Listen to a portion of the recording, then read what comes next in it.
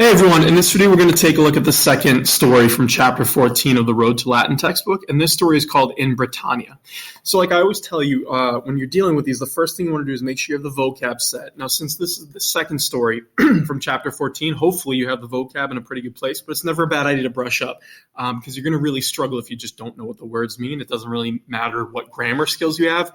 Vocab is really, really key. So start by making sure you have the vocab under control. Make sure you feel good about the grammar. Again, this is the second story, so hopefully you're already in that place. But once you feel good about it, you want to read this story out loud. So find someone from class, anyone you can read this to, and ideally, if it's a classmate, they can read it back to you in Latin. This way you're practicing your speaking and your listening skills. You never want to shut those two things off. So once you've done that and you feel like you have the story in a pretty good place, you'll be ready to translate it, okay? So we're going to dive in right now. So you have in Britannia, copiae Romanae castra magna habent. So we're in Britain, right? In Britannia just means in Britain. It's ablative because you're saying in this place, basically, right? You have copiae Romanae, which are Roman troops. So Roman troops, meaning they're soldiers, they have habent castra magna, big forts. Now a castrum, it's a neuter noun. You can see it in the picture to the right. These are Roman forts that had a very specific structure. So if you look at them, they're in this square shape. They have a main road, basically an east-west and a north-south road going through the camp, but they're very organized. And I would encourage you to look these up because these forts become towns and sometimes become major cities. So the word castra or castrum, meaning a fort, castra plural, in English, if you look in, like the UK today, these are the towns or the cities that have the word Chester in them. So any word like Manchester, Westchester, whatever, wherever you're looking, that Chester part is the word castrum, which means it's on the site of an old Roman fort. That's usually how it goes. So just an interesting side note of a culture topic that you probably do want to look up because there are so many Roman forts around the areas they inhabited, right? They used them to kind of police everything and make sure that the local population was in line. And a lot of really famous cities or towns grew up around them. So it's just an interesting thing to look at. So it's saying in Britain, there's a lot of these, which is true. Right, they had these big forts. Then you have Castra Romana proxima sunt orae quod Romani multas honorarias habet. So Castra Romana means the Roman forts, right? The Roman forts are proxima, they're near. Remember, proxima is one of these adjectives that takes a dative. You're near to something, and our dative is orae, the shore, right, or the coast, you might say. So they're near the shore because the Romans, Romani, they have many transport ships, multas honorarias, right? Those sort of transport boats to bring them stuff. You have honorarii auxilia et frumentum ad copias Romanas portant. So the transport ships, the honorarii, they carry portant. Then we have the direct objects here. What do they carry? They carry troops, auxilia, frumentum, which is like grain or corn, right? So it's sort of like crops, basically food is kind of what it is. So they're bringing troops and food, you might say, to the Roman troops, the copias Romanas. They're bringing help, auxilia or auxiliary troops, and food to the Roman soldiers, right? The copias Romanas, the Roman troops. Circum castra est altum vallum. So around the camps, right? Circum castra, it's just neuter plural, accusative in this case, but around the camps, there is a altum vallum, a high wall, you might say. I think the textbook calls it a rampart, but same idea, right? A wall is basically what it is. And you have in Wallo, stat Marcus, legatus Romanus. So on the wall, in Wallo, right? It's ablative because he's standing on the wall. But on the wall stands Marcus, a Roman legatus, which is like sort of like a commander or lieutenant, you might say. Commander is probably a good way to do it in this story. So a Roman commander. And I believe he's the Marcus who's the son of the family that we've been following. So Marcus is a legatus, a commander.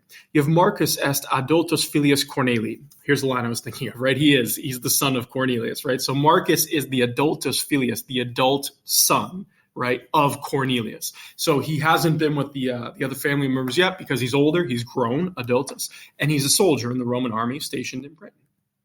Then you continue, you have Marcus nuntium Romanum extra vallum videt. So Marcus sees, videt, a nuntium Romanum, a Roman messenger, extra vallum, beyond the wall, right? So extra is your word that means like outside of, kind of the idea, beyond, right? Beyond the rampart or the wall. Then you continue on, you have nuntius ad castra Romana properat. So the messenger is hastening, properat, to the Roman camps, the castra Romana. Salve amice, clamat Marcus. So, hello, friend, shouts Marcus. He sees this messenger and he greets him.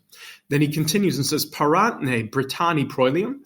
So, are the Britons, Britanni, are they preparing for war or battle, right? So, are they preparing a battle is literally what it says. And remember, parantne, the ne means you're asking a yes or no question where you're not entirely sure what the answer will be, right? So, he's legitimately not sure if they're coming for battle, right? So, he's asking this messenger, like, should we be getting ready for a battle?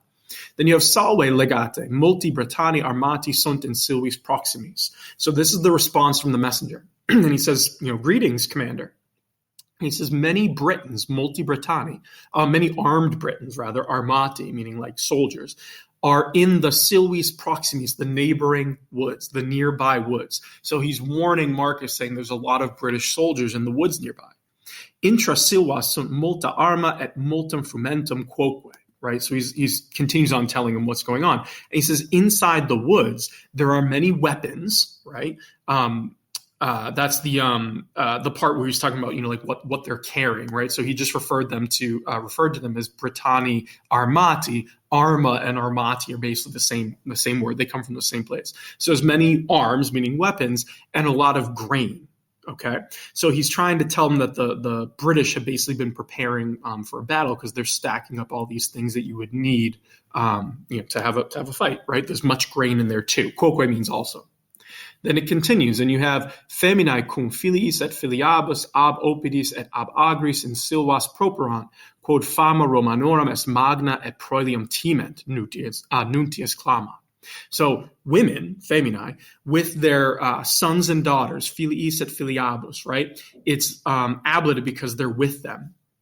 So it's saying women with their sons and daughters, they're hastening, right? Properant, they're hastening from the towns, right? Ab opidis, so away from their towns, and from the fields, ab agris, into the woods in Silvas. So he's talking about women running away from their towns and running away, out of the fields and into the woods. And the reason they're doing this is because fama Romanorum, right, the fame of the Romans, right, you might say, or the reputation of the Romans is large, est magna, right, it's great.